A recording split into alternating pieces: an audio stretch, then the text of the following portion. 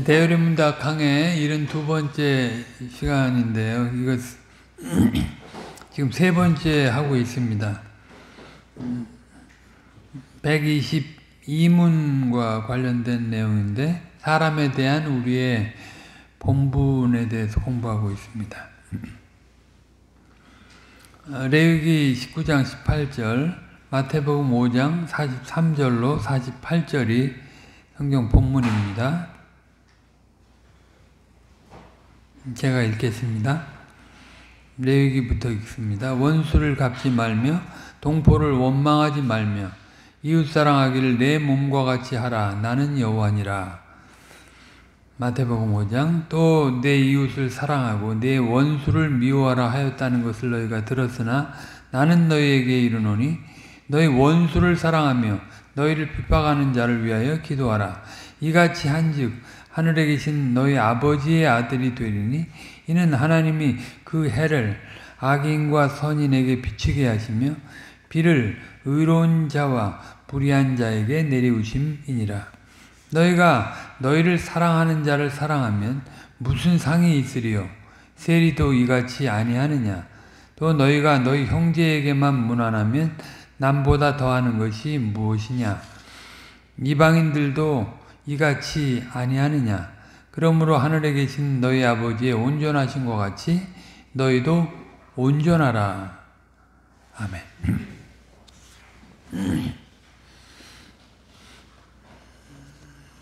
우리가 지난 시간에 하나님께 대한 우리의 본분을 봤고요. 그리고 사람에 대한 우리의 본분을 또 생각했습니다. 하나님께서 우리를 사랑하신 것을 근거로 해서 이웃을 사랑하게 되는데 하나님이 우리에게 보여주신 사랑의 내용은 죽기까지 사랑한 것입니다. 그러니까 이웃사랑의 기준은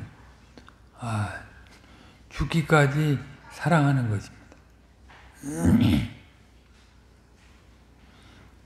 지난 시간에는 여기까지 했는데요. 그 사람에 대한 본분의 내용만 조금 더 보고 나머지 내용 살펴보도록 하겠습니다. 사람에 대한 본분 122문인데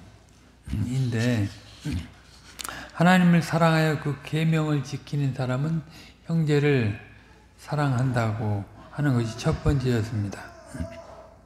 요한일서 5장 2절 말씀을 가지고 우리가 하나님을 사랑하고 그의 계명을 지킬 때이로써 우리가 하나님의 자녀 사랑하는 줄을 아느니라. 그러니까 하나님을 사랑하는 사람이 이웃 사랑을 할 수 있게 되는 거죠.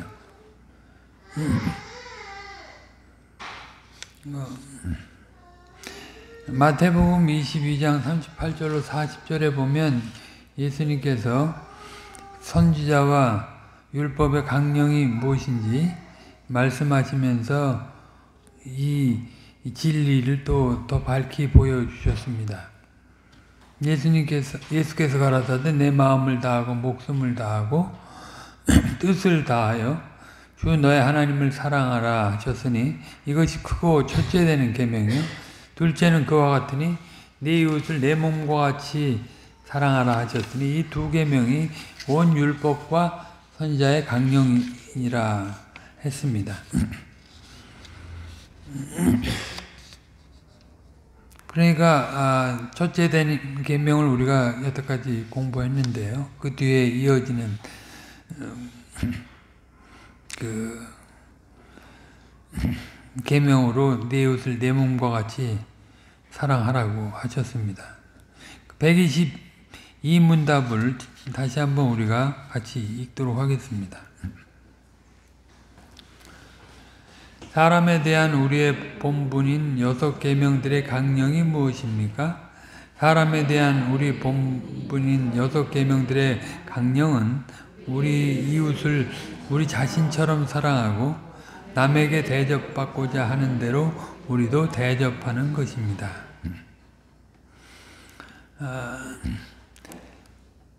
형제와 이웃을 사랑하는 이유가 무엇이고 그 기준이 어떤 것인가?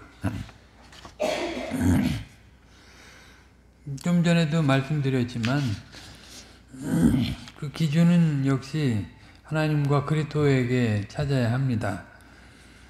그가 우리를 위해서 목숨을 버리셨기 때문에 우리가 사랑을 알게 됐습니다. 그래서 우리도 마땅히 이 형제를 위해서 목숨을 버리는 것이 마땅하다 하는 것입니다. 그러니까 우리는 그리스도의 죽으심의 외형을 본받아 가지고 이타적으로 희생하는 정도의 사랑을 하는 것이 아닙니다.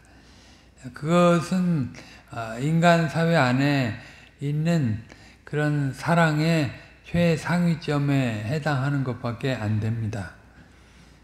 우리가 지난 시간에도 말씀드렸지만 하나님께서 우리를 사랑하신 사랑은 지구상에서 찾아볼 수 없는 사랑이에요.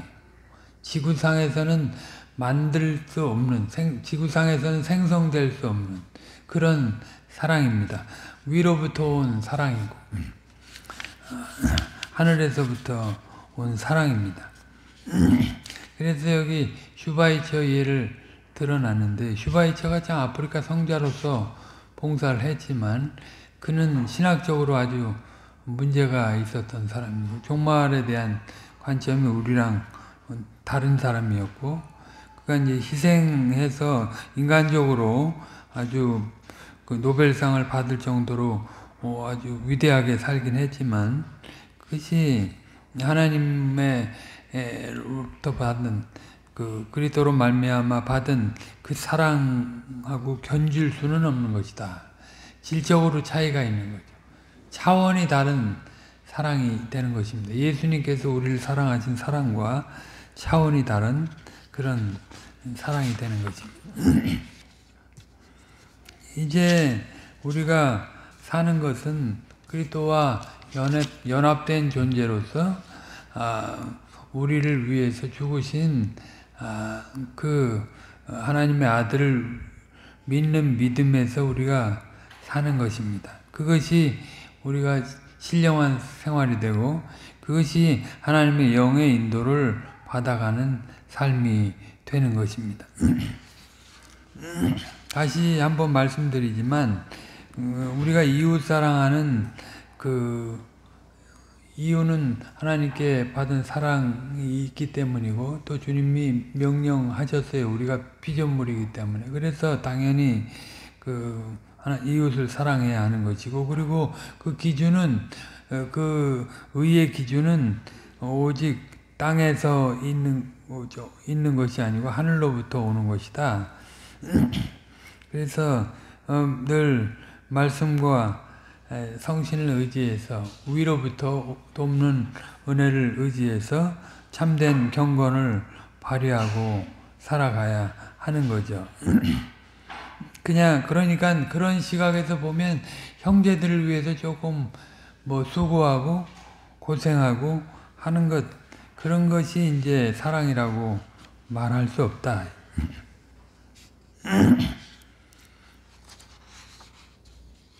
그리고 우리는 사실 이제는 받는 것보다는 주는 것이 복 있는 것을 아는 사람들이기 때문에 못 받는 거에 대해서 서운하게 생각할 필요가 없어요. 조금 이따가 또 보겠지만 그 기브앤테이크의 사랑을 하는 사람은 받지 못하면 견딜 수 없는 심정이 있어요. 나는 이만큼 줬는데 왜 너는 이만큼 줘? 그래서 그 한을 풀지 않습니다. 절대로 풀지 않아요. 그것을 상쇄시킬 만한 뭐가 와야 그걸 풀지, 그렇지 않으면 절대 그 사람한테 눈빛도 안 주고 그 사람과 말도 안 걸고 그 사람에 대해서 생각도 하지 않아요. 사실은 그런 것은 참 사단적인데 가라지의 행태를 보이는 것입니다. 그런 것들이 진정으로 주님의 사랑을 힘입은 사람은 내가 오는 곳이 없어도 오히려 가난한 자들, 병든 자들, 갚을 것이 없는 자들에게 주는 자들이 그리스도인이 아닙니까? 주님이 우리에게 뭐 받을 만해서 우리에게 사랑을 보여주신 건 아니잖아요. 갚을 것이 없는 존재들인데 우리를 사랑해 주셨거든요. 그러니까 당연히 우리도 그 사랑으로 해야지. 나는 요만큼 했는데 너는 왜 이렇게 안 해? 그렇게 따질 수가 없는 거예요.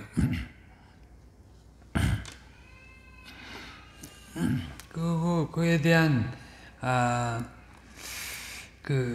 예를 또 바울 사도의 로마서 말씀을 가지고 또 예를 들어서 말을 했습니다. 그리스도께서 우리를 대하시는 것처럼 형제들을 대해야 되고 이제 궁극적으로는 뭐 원수까지도 사랑을 하는 것인데 늘 말씀드리지만 그리스도께서 우리를 대하셨을 때 밀어붙여 가지고 사랑을 주시지 않았어요. 우리가 우리의 체질을 아시고 우리의 부패성을 아시고 연약과 결핍을 아셔서 그것에 걸리지 않도록 그것에 상처가 되지 않도록 그렇게 배려를 하셔서 사랑을 해 주셨어요. 그냥 와서 그냥 단번에 우리를 위해서 죽으신 게 아니고 그 과정 속에서 그 사랑이 어떤 것인가를 보여주셨어요. 그러니까 굉장히 존중의 그러니까 아버지께서 내게 붙여주신 사람에 대해서 아주 최선을 다해서 사랑을 했어요. 그리고 최선을 다해서 사랑을 한다고 할 때 아낌없이 사랑을 하고 또 굉장한 존중의 언어를 썼어요. 생각에서부터 말, 행동이 다 일관성 있게 사랑을 했다 이 말. 상황에 따라서 기분에 따라서 주님이 당신의 백성들을 다르게 대우하지 않으셨어요.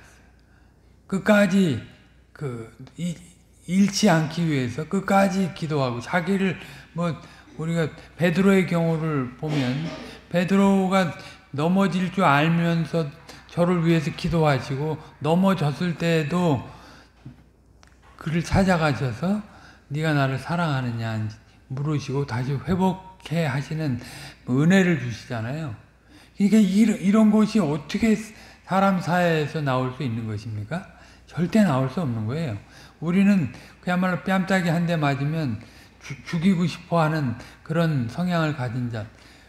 여기 우리가 성경 본문 마태복음 5장의 내용이 산상보훈의 내용 중에 나오지만 그게 속옷을 달라고 그러면 겉옷 벗어주고 오리를 가자고 그러면 심리를 가고 또 한편 뺨을 맞으면 또 한편 뺨을 돌려대고 그러니까 이거는 사람으로 옛사람의 성향으로 살아서는 안 된다는 걸 보여줍니다. 철저히 위로부터 난 자답게 위로부터 받은 사랑을 구현하고 살아라 하는 거죠. 그러니까 스데반과 같은 인물이 그 돌을 맞으면서도 이게 억지로 찍어 눌러가지고 주님이 그러라고 했으니까 맞지 못해서 그렇게 하신 건 아니고 그리스도의 사랑을 본받아서 그렇게 한 거예요. 그러니까 아주 자유롭게 기쁜 마음으로 돌에 맞아 죽으면서도 저들을 위해서 저들의 죄를 짊어졌잖아요. 그러니까 형제들을 위해서 죽는다는 것은 형제들의 죄를 짊어지는 거예요. 내가 왜 너 같은 악인들을 위해서 죽어? 난 절대 자존심이 인정 못해. 이게 아니고요. 주님은 우리가 죄인 됐을 때 우리를 사랑하셨거든요. 그러니까 이게 이 안목이 확 바뀌어야 됩니다. 그리스도의 사랑, 하나님으로부터 받은 사랑을 가지고 이게 생각이 완전히 돌아서야 돼요. 그래야 원수 사랑에까지 나가는 거죠.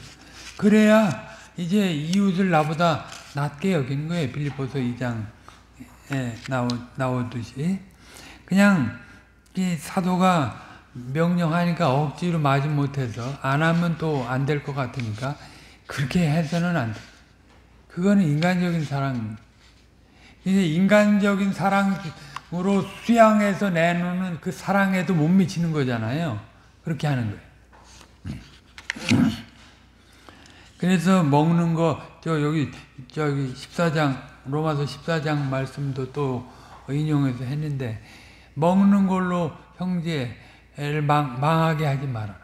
차라리 내가 고기를 먹을 자유가 있지만, 뭐 고린도서에서 나오지만, 내가 형제들을 위해서 안 먹는다. 그러니까 오히려 내가 먹어야 될 것, 좋은 것들을 오히려 형제들을 위해서, 죄인들을 위해서 주는 거예요. 그래야 감동이 되는 거죠. 먹다 남는 거 주면 절대 감동이 안 돼요. 내가 그걸 알아도 절대 기분이 좋을 수가 없어요.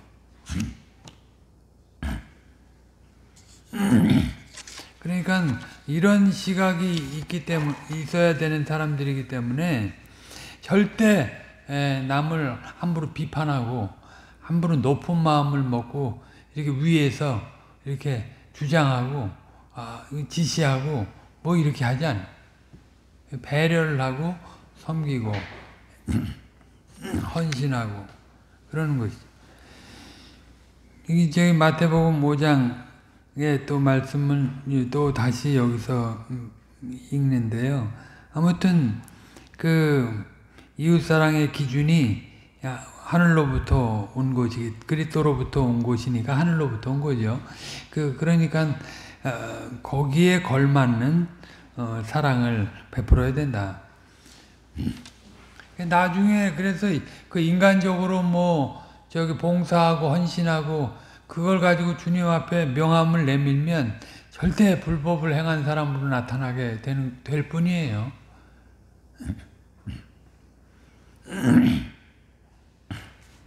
기준이, 이웃사랑의 기준이 무엇인지 죽을 때까지 잊으면 안 돼. 어느 정도까지 하고 하는 것, 그치는 게 아니고 죽을 때까지 우리가 눈을 주님 불러서 가는 날까지 그 사랑을 어떻게든지 맛보고, 한 번 맛보고 끝나는 게 아니라 계속 맛보고 나눠야죠.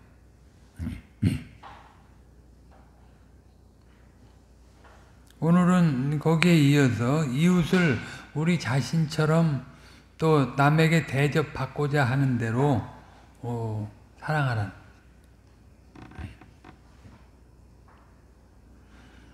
이상의 내용을 비추어서 우리는 이웃을 우리 자신처럼 사랑하라는 명령이나 남에게 대접받고자 하는 대로 남에게 대접하라는 명령을 이해해야 옳을 것입니다. 레위기 말씀도 그런 맥락에서 나온 건데요.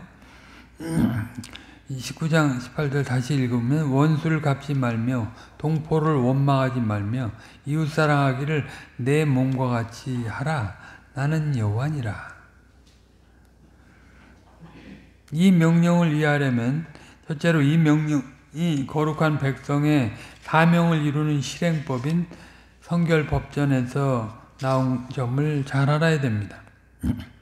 둘째로는 이웃사랑을 하라는 명령은 원수 갚지 말고 동포를 원망하지 말라는 명령의 해결책으로 제시되어 있다 하는 점을 충분히 고려해야 합니다.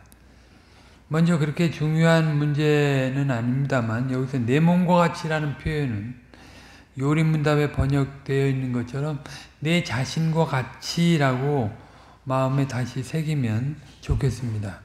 레위기 19장이나 마태복음 22장에는 내 자신과 같이 이렇게 표현되어 있습니다. 몸이라는 낱말이 레위기 19장 18절이나 마태복음 22장 39절에 나오지 않을 뿐만 아니라 여기서 몸은 사람을 가리키는 일종의 제휴법이라고 볼 수 있겠습니다. 내 자신을 사랑하듯 그렇게 이웃을 사랑하는 말씀입니다. 그러니까 이웃을 위해서 죽어야 되는데 내 기운이 있어서 이웃을 위해서 죽는 게 아니고 내 기운이 없어도 이웃을 위해서 죽어야 되는 거예요. 기운이 남아야만 이웃을 위해서 죽는 게 아니에요. 이게 왜냐하면 우리가 기운이 없어도 나를 돌보잖아요. 내 자신을 돌보잖아요. 지난 시간에도 말씀드렸듯이 그렇습니다. 그러면 레위기 19장 18절에서 이웃을 사랑하라는 명령은 어떤 의미를 갖습니까? 첫째로 이 명령은 성결법전 성민 성결법에 나옵니다. 이 명령을 내리신 목적은 이스라엘 백성이 여호와를 가까이 하면서 피차 거룩한 사랑으로 대하여 거룩한 사회를 이루는 데 있습니다. 이게 한시적으로라도 인격적으로, 관계적으로, 그러니까 존재적으로도 그렇고, 사회적으로도 그렇고, 사역적으로도 그렇고, 그게 다 새로운 회복된 백성으로서, 새로운 에덴, 예비 에덴이 되죠. 모형적인 에덴이 돼요. 가나안 땅이라고 하는 지역이. 그 모형적인 에덴 속에서, 에덴에서 실추된 그 나라를 다시 회복하는 그 법을 통해서. 그러니까 자기 자신을 사랑하는 사람은 자기를 굉장히 존중하지 않습니까? 자기를 맨날 때리고 함부로 하는 정신 나간 사람은 자기 몸을 자해도 하죠. 자해. 근데 정신이 온전한 사람은 자기를 가꾸지 않습니까? 가꾸죠. 그러니까 그렇게 가꿔야 돼요. 주님의 말씀으로 하나님 사랑과 이웃 사랑으로 그 존재됨과 그 관계됨을 가꿔서 성장시켜야 돼요. 그게 늘 말씀드리지만 땅에서 나는 게 아니기 때문에 늘 기도하면서 그거를 회복해 가야 돼. 그냥 오늘 한 걸음 간 사람이 내일 두 걸음 갈 수 있는 거지, 오늘 한 걸음도 안 간 사람이 내일 두 걸음 갈 수가 없어요. 하나님은 일반 법칙을 무시하지 않고 일해 가시기 때문에 그래요. 그러니까 오늘이라고 하는 날 동안에 내가 걸어가야 될 거를 걸어가야 돼. 그거 아니면 김홍준 목사님 표현으로는 이가 빠지는 거예요. 평생의 삶이 이가 빠지는 거예요. 벽돌이 건축을 했을 때, 하나님의 집을 건축했을 때 중간에 벽돌이 빠져있는 형상이라고. 매일매일 쌓아나가야 되는데 그렇지 않으면 벽돌이 빠져있는 형상. 얼마나 불안하겠어요? 그렇게 되면. 그러니까 하나님의 백성으로서, 회복된 백성으로서 존재에서도 가꿔야 되고 관계에서도 가꿔야 된다. 그냥 비틀려가지고, 속이 비틀려가지고 꼬는 소리 하지 않아야 되고요. 될 수 있으면 이웃을 세우고 사랑하는 언어를 써야 되죠. 그게 자기를 안 때리는 것과 같은 거예요. 자기를 가꾸는 거하고 똑같은 거예요. 그리고 제한이 없죠. 주님의 속죄의 충분성은요, 세초부터 세말까지 모든 인간을 구속하기에 충분해요. 그러니까 그 사랑이 얼마나 넘치는 겁니까? 그러니까 내가 가족이라고, 여기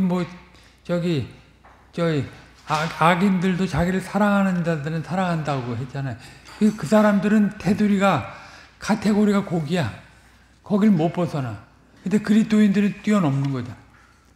악인들은 자기 이상을 못 벗어나요. 자기 이상 벗어나면 자기 가족, 눈앞에 가족. 거기 이상은 같이 나눠 먹을 생각도 안 해요. 예? 시간도 공유 안 하고 물질도 공유 안 해요. 근데 그리스도의 사랑을 받은 사람은 그게 제한성이 없다니까요. 언제든지 기회만 되면 하려고 해야 돼. 그게 정상적이에요. 회복된 인간으로. 회복된 사회를 이룰 사람으로. 주님이 그렇게 하셨으니까 그 속죄의 충분성과 완전성을 보여주셨잖아요. 그러니까 우리가 그 사랑을 가지고 사랑을 하는데 그 죄인들을 위해서 속죄의 충분성과 완전성을 다 누려가요. 조금 하다가 기분 나쁘면 쳐버리고 이제 뒤도 안 돌아보고. 그거는 세상 사람들이 하는 사랑인데.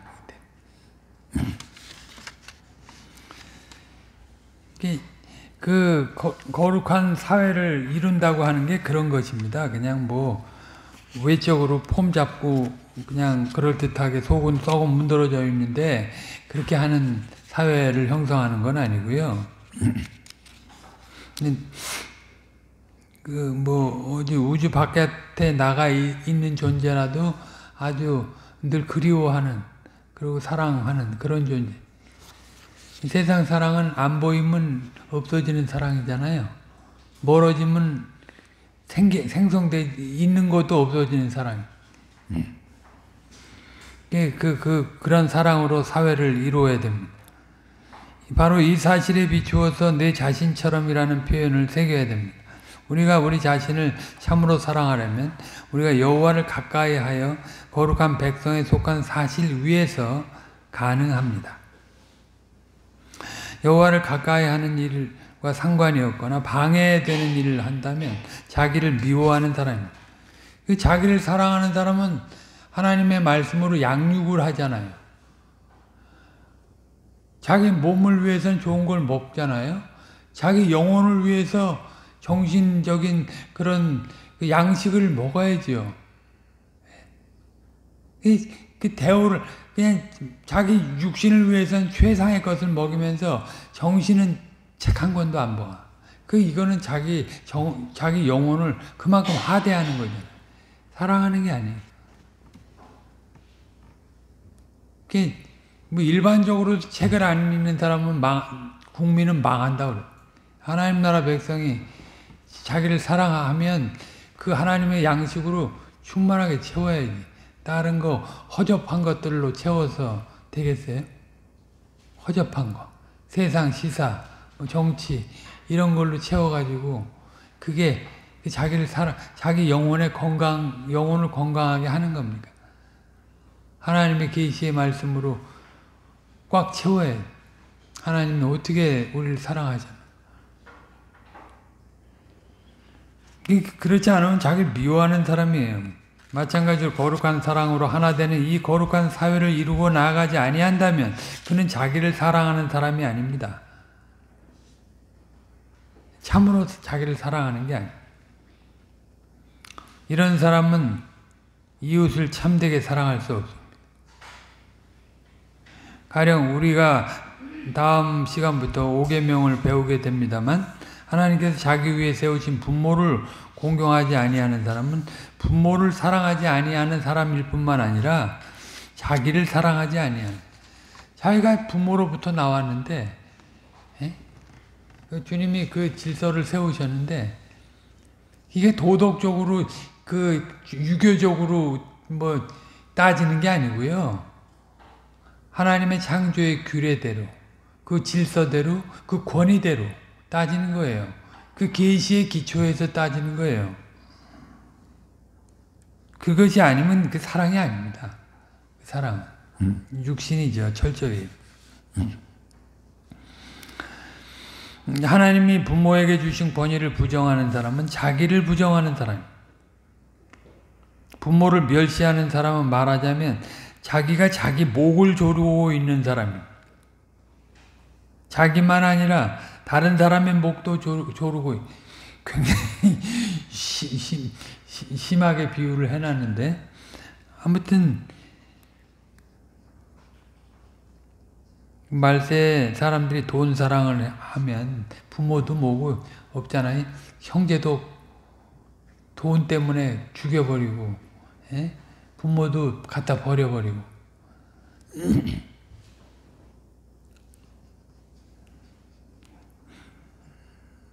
자기의 부모의 권위를 겸손히 인정하지 아니하는 사람은 이 세상을 떠받치는 기둥을 뒤흔들고 있는 사람입니다. 바꾸어 말하면 여호와 하나님을 늘 가까이 하면서 그리스도의 사랑으로 다른 사람을 대하는 이것이 자기를 참으로 사랑하는 사람입니다. 사랑하는 것입니다. 그렇지 아니하면 자기 사랑은 타락한 본성대로 사는 것이 될 것입니다. 그러면 다른 모든 사람이 자기를 위해서 존재해야 하는 것처럼, 심지어 하나님께서 자기 행복을 위해서 계시해야 하는 것처럼 그렇게 그 탐욕의 덩어리, 사욕의 덩어리가 되고요, 육신의 소욕의 종노릇하게 되는 것입니다. 이런 자기 사랑은 레위기 19장에서 내 자신처럼 사랑하라, 내 자신을 사랑하는 것처럼 하라 할 때와 정반대입니다. 바꾸어 말하면 내 자신을 사랑하는, 내 자신처럼이라는 표현은 그리스도께서 세워가시는 거룩한 사회의 일원으로서 스스로를 인정하고 그 거룩한 사회를 위해서 자신을 다 내어주시는 그런 태도를 가리키는 것입니다. 그러니까 그리스도께서는 그 의의 옷을 우리에게 입혀주시려고 그 높은 자리에서 자기를 비워서 그 이 천한 세상에 오셨고 말이죠. 죽기까지 순종하셨잖아요. 우리에게 가장 최상의 옷을 입혀주시기 위해. 그게 사랑하는 것 아니에요. 하나라고 생각하니까 사랑하는 거 아니에요. 자기랑 하나라고. 자기랑 하나라고 생각하지 않는 사람은 절대 못하는 그 사랑을 보여주죠.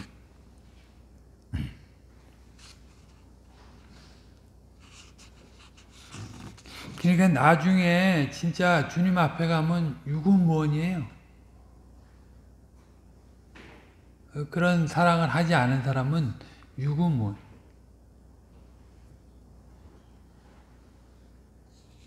둘째로 조금 전에 말씀드린 대로 내 자신처럼 내 이웃을 사랑하라는 이 명령은 원수를 갚지 말고 동포를 원망하지 말라는 명령과 붙어 있습니다. 금방 우리가 생각한 대로 타락한 인생 스스로는 그런 인생들로 구성된 세상에서는 원수 갚는, 원망하는 일이 비일비재합니다.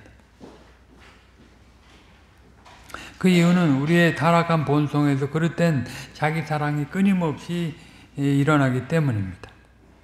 하나님의 말씀이 자기 마음을 장악하지 않으면, 그리스도의 은혜가 우리 마음을 채우지 아니하면 우리는 다른 사람과 비교해서 늘 자기를 높이거나 열등감에 사로잡히는 일에서 벗어나지 못합니다. 혹시 나는 왜 이렇게 시도 때도 없이 다른 사람의 시선을 의식하고 다른 사람과 비교하려 하는가 하는 마음이 들고, 그런 마음을 떨치려 하는데도 금방 그런 생각에 빠져있는 자신을 발견하고는 스스로가 미워질 때 나는 왜 이런가 하시지 마시고 내가 스스로 이런 존재로구나 하고 겸손히 주님 앞에 인정해야 됩니다. 내가 이럼에도 불구하고 주님의 사랑을 받았구나, 이렇게 생각을 해요. 그렇지 않으면 그게 이제 이게 칼빈주의하고 알미니안하고 완전히 거기서 칼빈주의자하고 확 갈려지는 거예요. 여러분이 남보다 특별히 나쁜 사람이라서 그런 것이 아니라 모든 사람이 스스로는 그런 존재이기 때문입니다. 어거스틴 선생은 이 세상의 본질을 자기 사랑이라고 규정했습니다. 자기 사랑이란 다른 모든 사람이 나를 위해 있어야 하고 심지어 하나님도 나 행복을 위해서 옆에 계셔야 하는 것처럼 생각하는 그런 무서운 죄입니다. 이런 자기 사랑 때문에 우리가 조금이라도 부당한 일을 당했다고 생각하면 원수 갚으려는 마음이 불길처럼 우리 안에서 일어납니다. 사실 따지고 보면 자기가 잘못해서 부끄러움을 당한 것인데도 속으로는 언젠가는 되갚아 주겠다는 그런 마음이 생기는데, 자기가 잘못하지 않아서 부당한 일을 당하면 어떻게 되겠습니까? 마찬가지로 우리는 스스로 무엇을 받아야 할 권리나 자격이 있다고 늘 착각하기 때문에 원망하는 마음을 품기가 쉽습니다. 그러니까 원망하고 불평하는 거는 꼭 내가 그 사람에게 더 좋기 때문에 더 적어도 못 받아도 그만큼은 받아야 되지 않는가 하는 생각이 있어서 원망하고 불평하는 거예요. 그리고 인생을 저주하는 거죠. 그게 안 되면.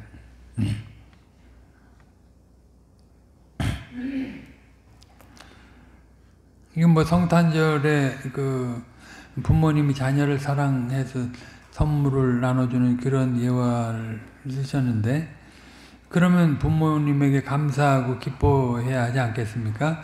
그런데 다른 사람이 받은 거하고 자기하고 받은 거하고 비교해서 자기가 좀 모자란다고 생각하면 받은 것도 집어 던져버립니다. 자기가 받은 것도 시원찮다 그러면 버려버리잖아요. 고약하게. 우리가 하나님에게서 받는 이 모든 선한 것에서 우리가 받을 권리나 자격이 있는 것이 하나도 없습니다. 우리가 받을 권리와 자격이 있는 것은 오직 심판과 형벌밖에 없어요. 그런데 또 인생은 조금 마음이 들지 않는다고 해서 하나님을 향하여 원망하는 마음을 품습니다. 하나님에 대해서도 그런데 그 미가서 3장 5절에 보면 내 백성을 유혹하는 선지자는 이에 물면 평강을 외치지만 그 입에 무엇을 채워주지 아니하는 자에게는 전쟁을 준비한다. 이런 사람은 입에 브레이크가 없어요. 그냥 나오는 대로 쏴버려요. 자기 평소 악감정이 있는 걸 가지고 눌러놨다가 한쪽으로 밀어놨다가 언제든지 기관포 쏘듯이 쏴버리는 거예요. 참 악한 거죠. 평소에는 하나님이 주신 해와 비를 인해서 감사하고 하나님을 영화롭게 하지 않으면서 자연재해가 생기면 원망하는 거죠.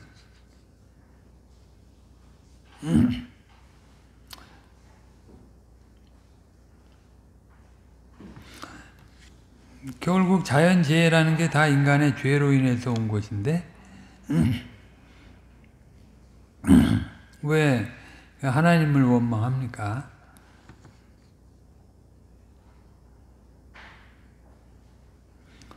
우리 주님이 표현하신 대로 아무리 형편없는 부모라도 악한 부모라도 자식이 떡을 달라 하면 돌을 줄 자가 없고 생선을 달라 하면 뱀이나 뭐 전갈을 주는 자가 없습니다.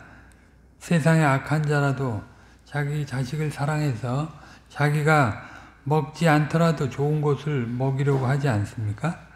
이 세상에서 우리가 한 사람으로 서 나가는 데 있어서 부모를 통하여 받은 것이 얼마나 많습니까? 그런데 그런 것은 전혀 없는 것처럼 생각하거나 부모에게 받은 것은 당연한 권리라고 여기고 부모의 부족한 것, 연약한 것만 생각하고 원망하는 마음을 품는다면 그 사람은 인생에 관해서 별로 성찰해 본 일이 없는 그런 철부지에 불과합니다. 더욱이 하나님의 백성이 그렇게 한다면 그 원망하는 마음은 결국 부모를 주신 하나님을 향한 것이 아닐 수가 없습니다. 하나님께서는 이런 연약한 인생을 아시고 자기 종 모세를 통해서 근본적인 해결책을 제시하셨습니다. 그것은 하나님께서 은혜로서 아무 자격이 없는 자기 자신을 거룩한 백성으로 삼아주신 사실을 기억하고 가까운 이웃을 그렇게 하나님의 백성으로 고귀하게 대하라고 하신 것입니다. 신명기 7장이나 9장에 보면 너희가 수요가 많아서 택한 것이 아니다. 너희가 의로워서 택한 것이 아니다. 이거 오히려 수요가 작고 불의한 존재예요. 하나님의 백성. 내세울 게 없는 거기 그 모세 법의 레위기의 그 원수 사랑과 관련해서 사랑을 얘기한 것 아닙니까?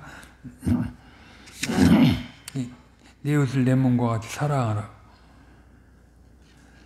그렇게 자격이 없는 사람들을 하나님의 백성 삼아주신 사실을 기억해서 이웃을 그렇게 대하라 말씀하신 거죠. 하나님께서 어떤 은혜와 사랑을 베풀어서 서로 형제가 되게 하셨는지 감사하면서 그런 은혜와 사랑을 베푸신 목적이 얼마나 고귀한지를 깨달아서 서로를 고귀하게 대하라는 것입니다.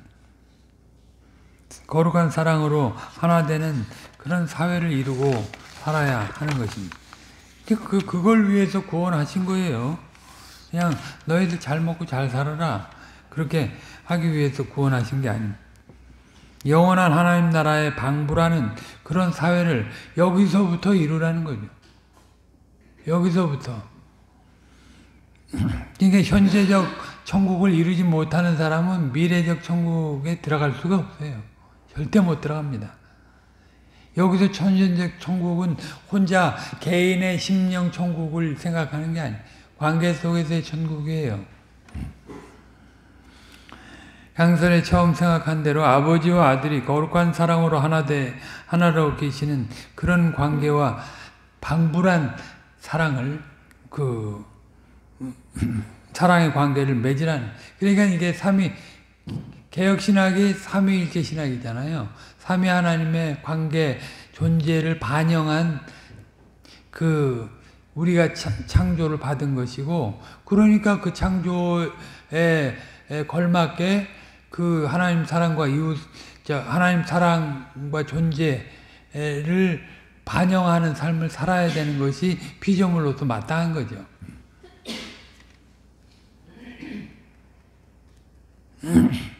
십계명을 주신 목적도 그런 이유 때문에 그런 것입니다. 물론 하나님의 백성 아닌 이웃도 있습니다. 하나님께서 믿지 아니하는 부모를 주실 수도 있고 믿지 아니하는 사람을 이웃으로 우리에게 주실 수 있습니다. 이스라엘 같으면 함께 애굽을 떠나온 잡족이 있었고 가나안에 정착할 때는 타국인들과 함께 있기도 했습니다. 그런 경우에 하나님의 백성을 대하는 것과 똑같이 할 수는 없을 것입니다만 그래도 이들에게도 성결 법전을 시행하라 하셨습니다. 이는 언약 백성들이 이런 사람들로 하나님의 은혜를 깨닫고 거룩한 백성으로 서 나가기를 소망하며 할 수 있는 대로 사랑으로 대하라 하신 것입니다. 그러니까 이게 아예 이제 사람이 질이 달라져 가지고 완전히 새로운 형질을 입은 존재로 살아가는. 그러니까 아직도 뭐가 속에서 이렇게 올라오는 게 있으면 이게 이제 성화가 필요한 거죠. 올라오고 뭐가 안 채워지면 부글부글하고 그거는 진짜 자기 성찰을 많이 해야 될 사람. 말씀을 맺습니다. 주님께서 남에게 대접받고자 하는 대로 남을 대접하라 하신 뜻도 비슷한 것입니다. 우리가 다른 사람에게 어떤 대접을 받고자 합니까? 우리의 최상의 대접을 받고자 하죠. 누구에게나.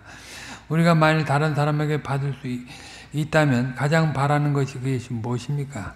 그것은 단연 그리스도께서 우리를 거룩한 사랑으로 대하시는 그것 아닙니까? 그리스도께서 우리처럼 미천한 인생을 사랑하셔서 친히 자기 목숨을 버리시기까지 우리를 섬기셨는데 그보다 우리가 대접받는 일은 없을 것입니다. 앞서 살핀 대로 우리가 주님에게서 그런 바랄 수 없는 대접을 받았으면 형제에게 그렇게 대접해야 마땅할 것이고 형제 아닌 이웃을 대할 때라도 우리 마음에는 그런 관계를 맺고 살 수 있기를 소망하면서 그리스도의 사랑을 베풀도록 힘써야 할 것입니다. 그러니까 우리가 복음을 받은 것도 선교사들이 그 마음을 갖고 와서 죽었기 때문에 복음을 받은 거잖아요. 이 암흑천지에 살아가는 자들이 그 미국 사회에서 최상의 엘리트들, 상위 1%, 뭐 10% 안에 드는 존재들이 와가지고 그 모든 의학 공부, 모든 공부를 다 해놓고 여기 와서 1년도 안 돼서 죽었어요. 자기만 죽은 게 아니라 아내도 죽고 아이도 죽었어요. 그런 사랑으로 우리가 신자가 된 거예요. 그러니까 사실 그 사랑을 알면 당연히 그 사랑을 해야죠.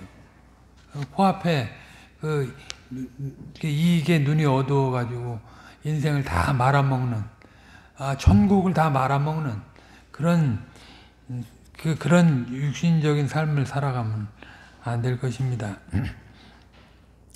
다른 사람들이 가장 원하는 것, 그것을 다른 사람이 모른다 할지라도 등쳐 먹지 말고 다른 사람에게 그걸 계속 베풀어야 하는 거죠. 주님이 그렇게 하셨으니까 그렇게 해야 됩니다. 이렇게 행한다면 교회만 아니라 가정과 일터와 학교에서도 율법의 사랑의 그 정신이 아주 잘 드러날 것입니다. 그리고 율법이 보여주는 하나님 나라의 아름다운 모습이 잘 우리를 통해서 드러날 것입니다. 이것이 우리가 사람의 본분을 행하는 것이고 우리의 역사적인 사명을 수행하는 것이 될 것입니다. 같은 이유로 루터 선생이 신자의 소명을 가리켜 하나님의 가면이라고 해요. 우리는 그 하나님의 가면을 쓴 사람처럼 살아가야 돼요. 괴물들이 돼갖고 돌아다니는 게 아니라 하나님과 같이 돼서 돌아다니는. 기도하겠습니다. 거룩하신 아버지 하나님, 또 오늘 122문 대우리문답의 내용을 가지고 또 사람의 본분에 대해서 깨우쳐 주심을 감사합니다. 그 사람의 본분의 그 이유와 또 그 기준과 남에게 대접받고자 하는 대로 대접해야 할 내용에 대해서 차서 있게 깨우쳐 주시니 감사를 드립니다. 우리가 이 말씀에 비추어 우리 자신들을 살펴보면 참으로 부끄러워서 고개를 들 수 없을 지경이 없나이다. 저희들 더욱 긍휼히 여겨주셔서 살아있는 날 동안 주님이 천국을 누리라고 주신 말씀을 잘 순종하며 살아갈 수 있게 하옵소서. 우리 스스로 순종할 수 없다는 걸 알고 늘 말씀과 성신의 인도를 받아서 기도하며 그것을 이루어갈 수 있게 하여 주시옵소서. 그 일을 다 이루었다 할지라도 늘 무익한 종으로서 마땅히 해야 할 일을 했다고 고백하는 자들이 다 되게 하옵시며 영광은 오직 주님께만 다 돌리고 살아갈 수 있게 하옵소서. 저희들 결코 외적인 것으로 인해서 슬퍼하거나 눈물을 흘리지 않게 하시고 마음에 이제 인간적인 사랑으로 이제 포장을 해서 상대적으로 시험에 빠지는 그런 일이 없게 하여 주시옵소서. 주님이 악인들인 저희들을 위해서 십자가에 죽기까지 순종하셨사온즉 그 사랑을 받은 자로서 그 사랑에 걸맞는 사랑을 이 땅에 살아있는 날 동안 구현하고 살아갈 수 있게 하옵소서. 모든 걸 주께 의탁드리옵고 감사드리며 우리 구주 예수 그리스도의 이름으로 기도 올리옵나이다.